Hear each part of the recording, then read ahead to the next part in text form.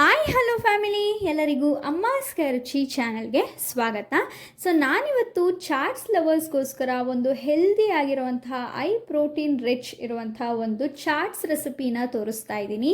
So ಯಾರಿಗೆಲ್ಲ ನಂತರ street ಸ್ಟೈಲಲ್ಲಿ ಚಾಟ್ಸ್ ರೆಸಿಪೀಸ್ ಇಷ್ಟ ಆಗುತ್ತೆ, ಸೊ ಅಂಥವರು ನಾನು ತೋರಿಸೋ ಈ ರೆಸಿಪಿನ ಟ್ರೈ ಮಾಡಿ ನೋಡಿ. ತುಂಬ ಅದ್ಭುತವಾಗಿರುತ್ತೆ. ನನಗಂತೂ ಈ ರೆಸಿಪಿ ತುಂಬ ಇಷ್ಟ. ಪರ್ಸ್ನಲಿ ಚಿಕ್ಕವರಿಂದ ಹಿಡಿದು ದೊಡ್ಡವ್ರ ತನಕನೂ ತುಂಬ ಇಷ್ಟಪಟ್ಟು ತಿಂತಾರೆ, ಅಷ್ಟು ರುಚಿಯಾಗಿರುತ್ತೆ ಈ ಹೆಸರು ಕಾಳಿನ ಚಾಟ್ ರೆಸಿಪಿ. ಸೊ ಹಾಗಾದರೆ ಬನ್ನಿ, ಇದು ಹೆಸರು ಕಾಳಿನ ಚಾಟ್ ರೆಸಿಪಿನ ಹೇಗೆ ಮಾಡೋದು, ಇದನ್ನು ಮಾಡೋದಕ್ಕೆ ಏನೆಲ್ಲ ಪದಾರ್ಥಗಳು ನಮಗೆ ಬೇಕಾಗುತ್ತೆ ಅನ್ನೋದನ್ನ ನೋಡೋಣ. ಇಲ್ಲಿ ನಾವು ಒಂದು ದೊಡ್ಡ ಬಟ್ಲಷ್ಟು ಹೆಸರು ಕಾಳನ್ನ ಮೊಳಕೆ ಕಟ್ಟಿ ಎತ್ತಿಟ್ಕೊಂಡಿದ್ದೀವಿ. ಹಾಗೆ 1 ಕಪ್ಪಷ್ಟು ತೆಂಗಿನಕಾಯಿ ತುರಿ ತೊಗೊಂಡಿದ್ದೀವಿ, 1 ಕಪ್ಪಷ್ಟು ಕ್ಯಾರೆಟ್ನ ತುರಿದಿಟ್ಕೊಂಡಿದ್ದೀವಿ, 1 ಕಪ್ಪಷ್ಟು ಸೌತೆಕಾಯಿನ ಚಿಕ್ಕದಾಗಿ ಕಟ್ ಮಾಡಿಟ್ಟಿದ್ದೀವಿ, ಒಂದು ಅರ್ಧ ಕಪ್ಪಷ್ಟು ದಾಳಿಂಬೆನ ತೊಗೊಂಡಿದ್ದೀವಿ, ಹಾಗೆ ಒಂದು ಸ್ವಲ್ಪ ಖಾರದ ಕಡಲೆ ಬೀಜನ ತೊಗೊಂಡಿದ್ದೀವಿ. ಸೊ ಇದು ನಿಪ್ಪಟ್ಟು ನಾವು ಮನೆಯಲ್ಲೇ ಮಾಡಿರುವಂಥ ಒಂದು ರೆಸಿಪಿ. ಇದು ಬರೀ ಅಕ್ಕಿ ಹಿಟ್ಟನ್ನು ಬಳಸಿ ತುಂಬ ಹೆಲ್ದಿಯಾಗಿ ಮಾಡಿದ್ದೀವಿ. ನೀವು ನಮ್ಮ ಚಾನಲಲ್ಲಿದೆ, ಹೋಗಿ ಚೆಕ್ ಮಾಡ್ಬೋದು. 1 ಈರುಳ್ಳಿನ ಚಿಕ್ಕದಾಗಿ ಕಟ್ ಮಾಡಿ ಇಟ್ಕೊಂಡಿದ್ದೀವಿ, ಸ್ವಲ್ಪ ಕೊತ್ತಂಬರಿ ಸೊಪ್ಪನ್ನು ತೊಗೊಂಡಿದ್ದೀವಿ, ಹಾಗೆ 1 ಟೇಬಲ್ ಸ್ಪೂನಷ್ಟು ಖಾರದ ಪುಡಿ, ಅರ್ಧ ಟೇಬಲ್ ಸ್ಪೂನಷ್ಟು ಪೆಪ್ಪರ್ ಪೌಡರ್, ರುಚಿಗೆ ತಕ್ಕಷ್ಟು ಉಪ್ಪು ಮತ್ತು ನಿಂಬೆಹಣ್ಣು ತೊಗೊಂಡಿದ್ದೀವಿ. ಸೊ ಈಗ ಹೇಗೆ ಮಾಡೋದು ಅಂತ ನೋಡೋಣ ಬನ್ನಿ.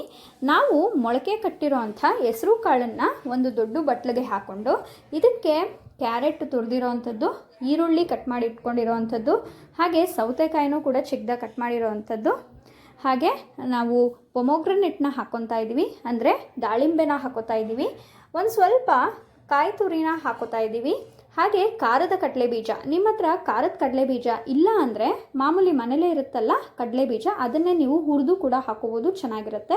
1 ಟೇಬಲ್ ಸ್ಪೂನಷ್ಟು ಖಾರದ ಪುಡಿ, ಅರ್ಧ ಟೇಬಲ್ ಸ್ಪೂನಷ್ಟು ಪೆಪ್ಪರ್ ಪೌಡರು, ಹಾಗೆ ರುಚಿಗೆ ತಕ್ಕಷ್ಟು ಉಪ್ಪನ್ನು ಹಾಕ್ಕೊಂಡು ಇದನ್ನು ಕ್ಲೀನಾಗಿ ಕಲಿಸ್ಕೊಬೇಕು. ಇಲ್ಲಿ ನೀವು ಟೊಮ್ಯಾಟೋನ ಇಷ್ಟಪಡೋರು ಟೊಮ್ಯಾಟೊ ಕೂಡ ಹಾಕೋಬೋದು, ತುಂಬ ಚೆನ್ನಾಗಿರುತ್ತೆ. ಆದರೆ ನಾವಿಲ್ಲಿ ಟೊಮ್ಯಾಟೊ ಹಾಕ್ಕೊಂಡಿಲ್ಲ, ನಿಮಗೆ ಬೇಕಂದರೆ ನೀವು ಹಾಕೋಬೋದು. ಸೊ ನೋಡಿ, ಈ ರೀತಿಯಾಗಿ ಚೆನ್ನಾಗಿ ಮಿಕ್ಸ್ ಮಾಡಿಕೊಂಡು ಇಲ್ಲಿ ನಾವು ನಿಪ್ಪಟ್ಟನ್ನ ಚಿಕ್ಕ ಚಿಕ್ಕದಾಗೆ ಮುರಿದು ಹಾಕೋತಾ ಇದ್ದೀವಿ. ಸೊ ಈ ನಿಪ್ಪಟ್ಟು ರೆಸಿಪಿ ಬಂದುಬಿಟ್ಟು ತುಂಬ ಹೆಲ್ದಿಯಾಗಿ ಮಾಡಿದ್ದೀವಿ. ಯಾವುದೇ ಒಂದು ಕಡಲೆ ಹಸಿಟ್ಟನ್ನ ಬಳಸದೆ ಬರೀ ಅಕ್ಕಿ ಹಸಿಟ್ಟನ್ನ ಬಳಸಿ ನಾವು ಮಾಡಿರೋ ಅಂಥದ್ದು.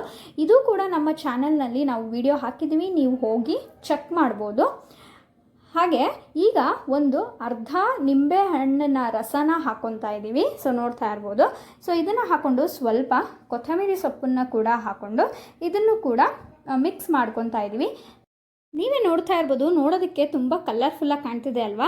ನೋಡೋದಕ್ಕೆ ಮಾತ್ರ ಅಲ್ಲ, ತಿನ್ನೋದಕ್ಕೂ ಅಷ್ಟೇ ಟೇಸ್ಟಿಯಾಗಿರುತ್ತೆ. ಇಲ್ಲಿ ನಾವು ಹೆಲ್ದಿಯಾಗಿ ಮಾತ್ರ ಅಲ್ಲ, ಟೇಸ್ಟಿಯಾಗೂ ಕೂಡ ನಿಪ್ಪಟ್ಟನ್ನೆಲ್ಲ ಬಳಸಿ ಮಾಡಿದ್ದೀವಿ. ಸೊ ನಿಪ್ಪಟ್ಟು ಇಷ್ಟ ಆಗಲ್ಲ ಅನ್ನೋರು ಸ್ವಲ್ಪ ಚೋಚೋ ಕೂಡ ಹಾಕೋಬೋದು, ತುಂಬ ಚೆನ್ನಾಗಿರುತ್ತೆ. ಸೊ ನೋಡಿದ್ರಲ್ಲ, ಇಷ್ಟನ್ನು ಮಿಕ್ಸ್ ಮಾಡಿಕೊಂಡು ಸರ್ವ್ ಮಾಡಿಕೊಂಡ್ರೆ ಆಯಿತು. ತುಂಬ ಟೇಸ್ಟಿ ಹೆಲ್ದಿಯಾಗಿರುವಂಥ ಸ್ಟ್ರೀಟ್ ಸ್ಟೈಲ್ನಲ್ಲೇ ಸೊ ಹೆಸರು ಕಾಳಿನ ಒಂದು ಚಾಟ್ಸ್ ರೆಸಿಪಿ ರೆಡಿಯಾಗೋಗುತ್ತೆ.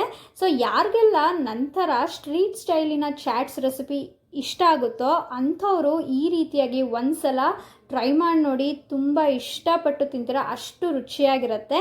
ಸೊ ಹೊರಗಡೆ ಕಾಸು ಕೊಟ್ಟು ಅನ್ಹೆಲ್ದಿಯಾಗಿ ತಿನ್ನೋದ್ರ ಬದಲು ಮನೆಯಲ್ಲೇ ನೀವು ಹೆಲ್ದಿಯಾಗಿ ಈ ಚಾಟ್ಸ್ ರೆಸಿಪಿನ ಮಾಡ್ಕೋಬೋದು. ಇದನ್ನು ನೀವು ಬ್ರೇಕ್ಫಾಸ್ಟ್ ಥರನೂ ತಿನ್ಬೋದು, ಸ್ನ್ಯಾಕ್ಸ್ಗೆ, ಸೈಡ್ ಡಿಶ್ಗೆ, ಮಕ್ಕಳಿಗೆ ಲಂಚ್ ಬಾಕ್ಸ್ಗೆ, ಸ್ನ್ಯಾಕ್ಸ್ ಕಟ್ಟಬೇಕಾದ್ರೆ ಎಲ್ಲ ತುಂಬ ಹೆಲ್ದಿಯಾಗಿರುವಂಥ ಒಂದು ರೆಸಿಪಿ. ಸೊ ಜಿಮ್ಗೆ ಹೋಗೋರಿಗೆ, ಮಕ್ಕಳಿಂದ ಹಿಡಿದು ವಯಸ್ಸಾಗಿರೋರ ತನಕನೂ ತುಂಬ ಇಷ್ಟಪಟ್ಟು ತಿನ್ನುವಂಥ ಒಂದು ರುಚಿಯಾಗಿ ತಿನ್ನುವಂಥ ಒಂದು ಚಾಟ್ಸ್ ರೆಸಿಪಿ ಆಗಿದೆ. ಸೊ ಈ ರೆಸಿಪಿ ನಿಮಗೆಲ್ಲರಿಗೂ ಇಷ್ಟ ಆಗಿದೆ ಅಂತ ಭಾವಿಸ್ತೀನಿ. ಇಷ್ಟ ಆಗಿದರೆ ಅಮ್ಮಾಸ್ ರುಚಿ ಚಾನಲ್ನ ಸಬ್ಸ್ಕ್ರೈಬ್ ಮಾಡ್ಕೊಳ್ಳಿ, ಹಾಗೆ ಲೈಕ್, ಶೇರ್, ಕಮೆಂಟ್ ಮಾಡೋದನ್ನ ಮರಿಬೇಡಿ. ಈ ಹೆಲ್ದಿ ಚಾಟ್ ರೆಸಿಪಿನ ನಿಮ್ಮ ಫ್ಯಾಮಿಲಿ ಆ್ಯಂಡ್ ಫ್ರೆಂಡ್ಸ್ಗೂ ಕೂಡ ಶೇರ್ ಮಾಡಿ.